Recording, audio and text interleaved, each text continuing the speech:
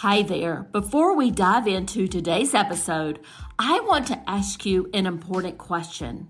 Are you wondering why your hard work isn't reflecting in your bank account? If so, I've got something that could change the game for you. With my Digital Product Accelerator one-on-one coaching program, I'm on a mission to help entrepreneurs like you bank consistent revenue without sacrificing your time or sanity. Imagine shifting from 90% client-facing work to enjoying consistent revenue from your digital products, all while reclaiming your time. You already know that you don't need another course, and a one-size-fits-all approach isn't going to cut it. What you need is a strategic, long-term plan tailored just for you. So if you're ready to build the profitable, freedom-giving business you've dreamed of, apply to work with me by going to destinycop.com/apply. I cannot wait to learn more about you and your business.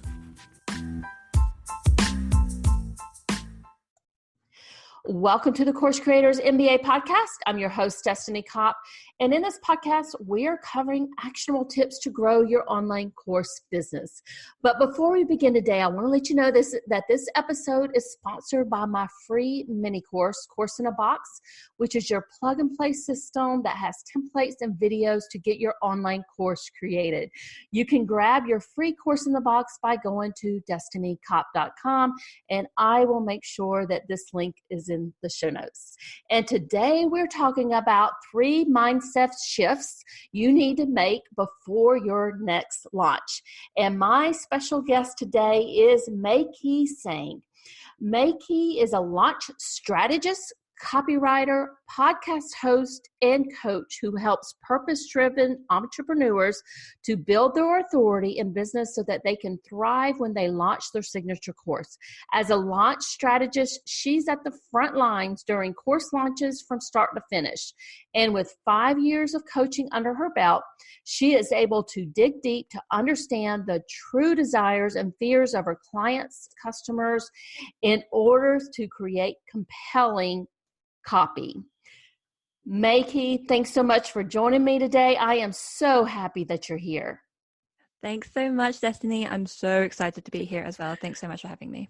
And we've been chatting for a few minutes now, and I know we have so much to talk. But before we jump into all the questions that I have for you, can you tell me a little bit more about you and your journey? Absolutely.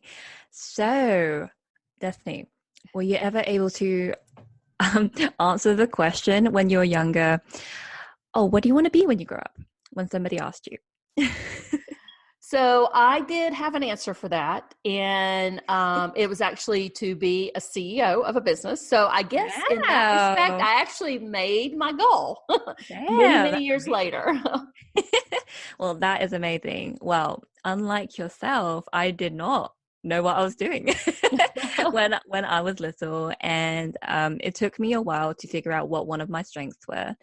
And in my teenage years, my friends, luckily, they pointed out that I was always a good listener, and I really appreciated that feedback. And I actually found myself on the journey to becoming a counselor.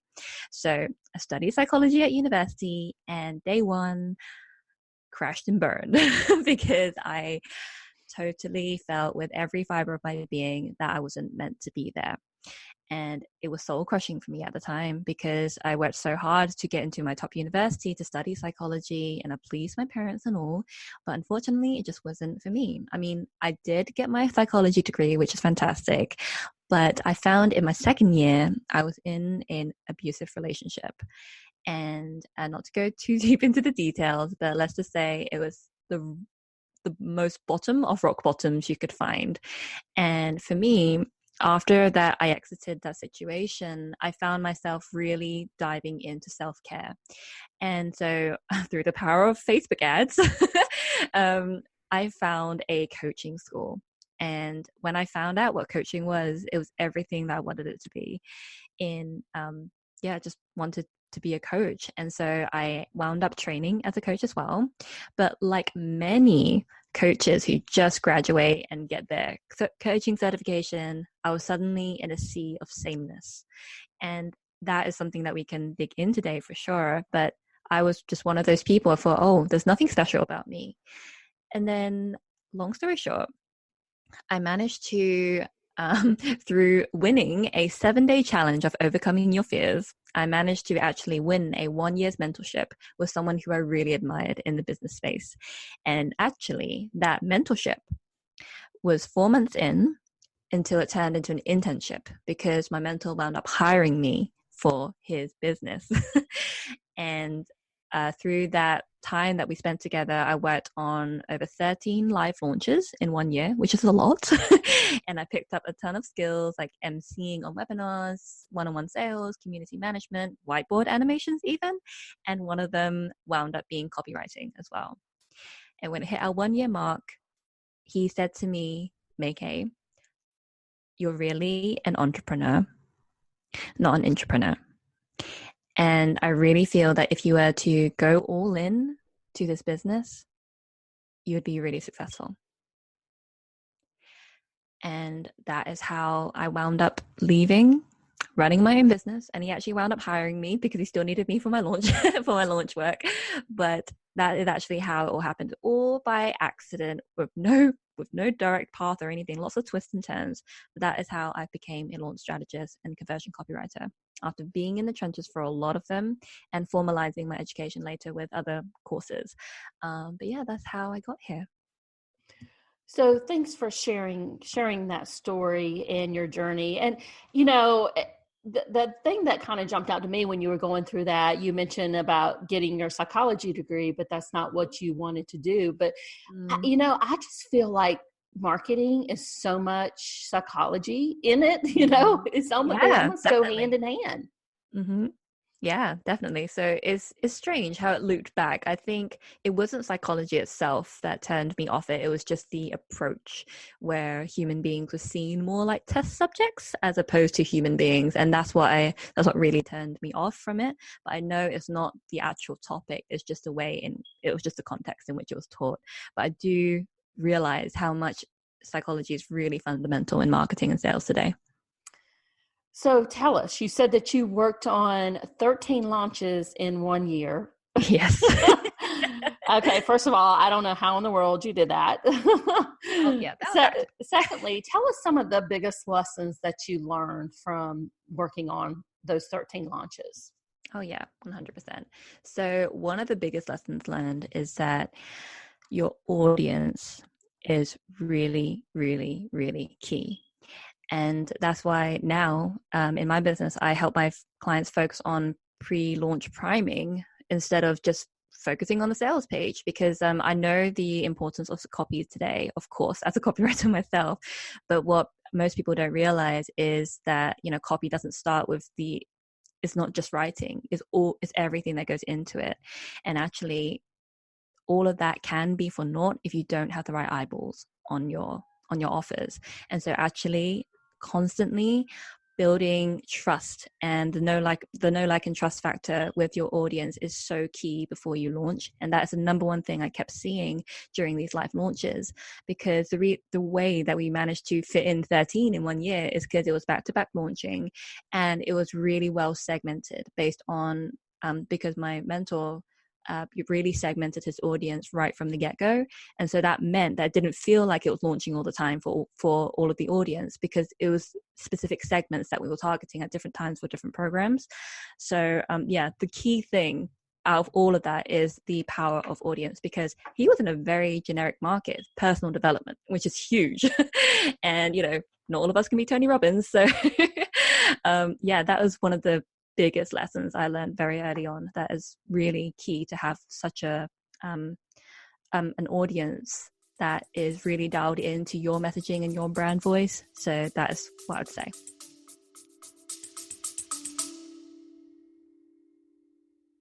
Hey there, Destiny here, and I'm the host of the Creators MBA podcast. And this episode is brought to you by HelloContent.shop, your go-to destination for content creation in your online digital product business. I understand how busy you are as an online business owner, I am right there with you. And that is why I have filled our Hello Content Shopify store with low-cost digital products that you can use as a lead magnet or part of your paid programs like your online courses or memberships. We also have marketing templates like email swipe files and social media templates designed to save you time and money. So whether you're looking to streamline your content strategy, enhance your digital products, or just save some precious time, I've got you covered, my friend. Now visit the hellocontent.shop today and take the first step towards effortless content creation. So let me just ask you this. Obviously, we have a lot of course creators who are listening to this podcast. So what areas of a launch do you feel that most of us may be overlooking that we need to focus on? Ooh, good question. And I listened to, before we jumped on this call, I was listening to the episode that you did with Danny Page about sales pages, and she covered a lot of amazing, gems in there. And so I just want to kind of back her up as well.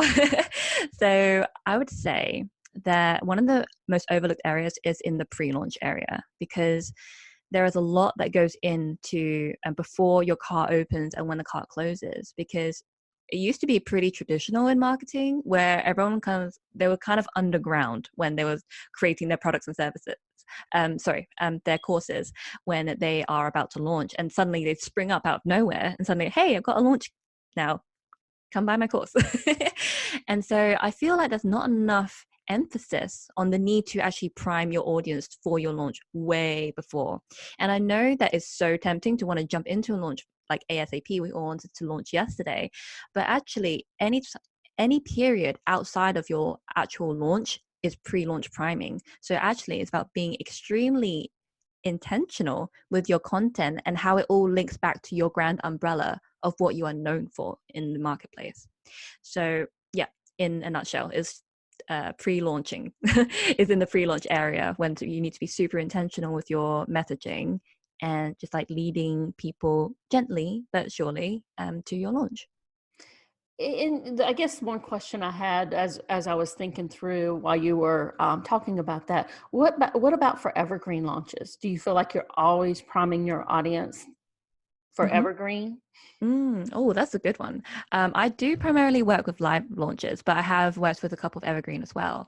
And if you are on evergreen, then that's all about staying in alignment with your message for whichever course is on evergreen for you. So it doesn't have to be all the time. But for example, if you were to do a series, where it's a Facebook Live series or a YouTube series or a podcast series even, just having intentional moments when you would like to spike some sales into your evergreen launch. It's just, as long as you're operating under the same umbrella of what your overall message is, that's totally okay. But it doesn't have to be every single content piece that you put out there. It doesn't have to relate to your course, because surely there would be other things in your product suite, whether it's your one-on-one services or if you've got another course brewing up in the background, So if you do have an evergreen launch, just, being strategic with coordinating your launches so they're more targeted towards, one or the other, but not mixing them too much. That's just so that, your audience is able to follow a certain flow throughout the year. That is a very great tip. So let's kind of jump into our main focus for today. And I think a lot of us, when we go out there to launch, and maybe it's our first time or second time, quite frankly, Mai-kee, it may be your 10th time and you probably feel these things too. You might be asking yourself, who am I to be putting this course out there? Is anybody going to buy? All these fears start coming up, right? Mm-hmm. Tell us a little bit, and you and I were talking a little bit before we jumped on here, but tell us a little bit about, the 5 level of courage that you focus on when you work with clients, and that courage to convert relationship. How do you kind of walk people through the courage to get to where they want to be in their launch strategy? Such a good question. I'm so excited to speak about this, because this is after working with a good handful of clients, and they tend to be in very competitive marketplaces. Let's just say that. So I have developed this Convert with Courage scale, and I want you to imagine a pyramid with 5 blocks moving upwards. So the first level of courage, which is the most minimum level of courage, is the couch potato. And so a couch potato is someone who has big visions, but it's all theoretical, and they only talk about it, but they're not doing the walk yet. So they have big visions, but they're not doing anything about it yet. And that is because there are a lot of limiting beliefs around that point, because you're like, oh, I'm not quite sure. So this is how I felt when I was a coach, when I just started out, like, how was I going to stand out? Everyone else has got the same certification. So that is level number 1. Level number 2 is the conscious copycat. So when you've started to feel like, okay, I know I need to put myself out there, but I've got nothing original to say. And it is very tempting to take what the most popular topics are from really big influencers. It's very tempting to take their content and to kind of pass it off as your own. But you feel that conflict inside you. It's like, oh, but this isn't mine, but I'm still gonna put it out there anyway, so I'll just see how it is. So you're conscious about it. So you're not just being a copycat for the sake of copying, but that is level number 2. And now I want you to imagine a line above that. You don't want to go below this line. So in other words, you don't want to be a couch potato or a conscious copycat. Instead, you want to be one of these 3, if not all 3. So level number 3 is the creator or the collaborator. So Destiny, you and I, we're doing that right now. We are collaborating because, we're bringing 2 pieces together. We're bringing 2 worlds together through what we are speaking about today. And so that takes courage, reaching out to people and trying to shift your mindset from competitor to collaborator. So that's level number 3.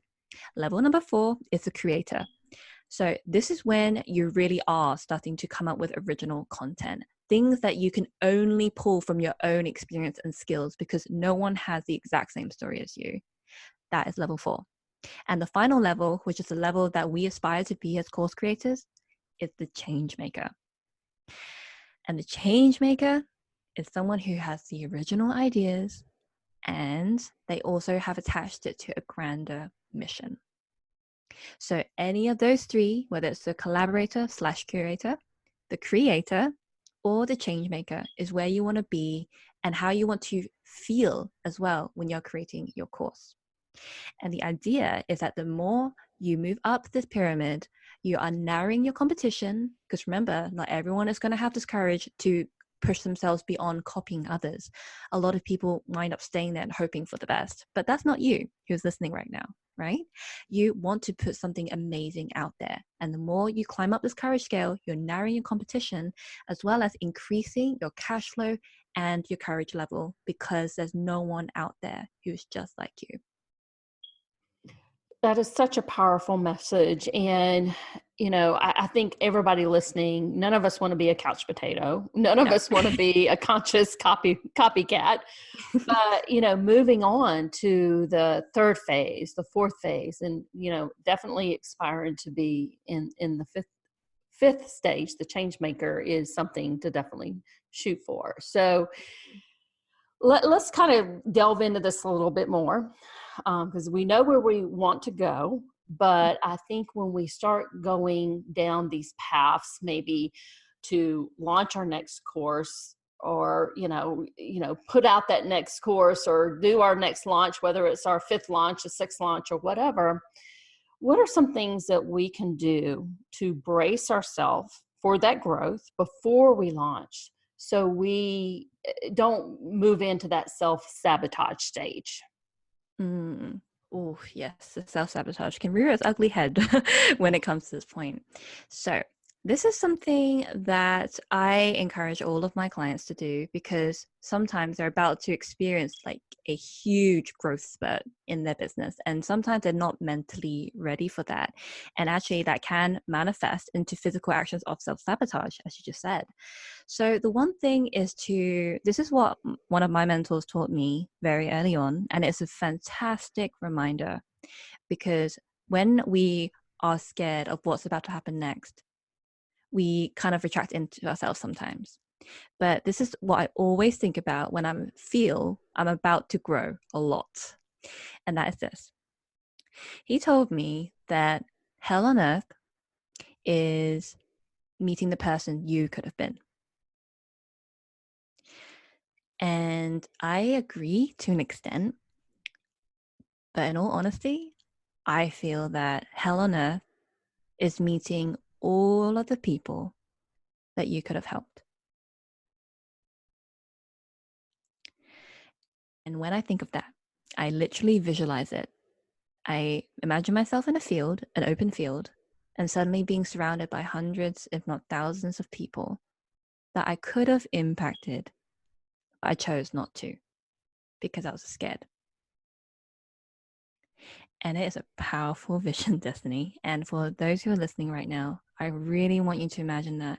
Imagine the clients that you have been able to serve right now, the students you've been able to enroll in your courses already. Imagine them. You've been able to help them to succeed now because you have put yourself out there. But just imagine flipping the switch for a second if they were all surrounding you with sad faces of how their lives didn't change because you decided to back out. When I think of that, I feel, okay, this mission is beyond just me. It's about others because, we're not launching these courses for ourselves to buy them. We're not buying our own courses. It's for other people. And I feel that that is a very, very big mindset shift. And I always remind my clients that when I find that they are feeling that sense of resistance, that it's not about shutting away. It's not about shutting it out, It's actually leaning into it and trying to understand why our minds and bodies are trying to protect us by actually creating this resistance that we feel. But when you imagine that, trust me, that is going to help you snap out of that state of self-sabotage when you realize that this mission is not just for you, but it's for everyone else who's waiting for you. So that's a powerful picture that you just painted for us. So let's just say, that's the vision that I have. I'm in the field. There's hundreds, thousands of faces out there that I know that I could help with my online course. Mm-hmm. But, I still feel that, what if nobody buys? These are some of the, my clients have told me this, and I'm sure some of yours have. What if nobody buys? What if I put myself out there and nothing happens? What do you tell people when they mention that to you? Yeah.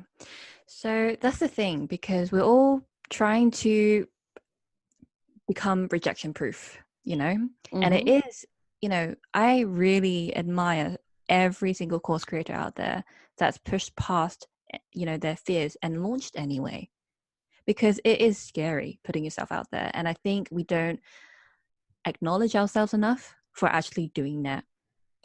And I feel that whenever I get into that space, if I'm creating my own course or if it's my clients, I say, well, that's just another thing for us to learn.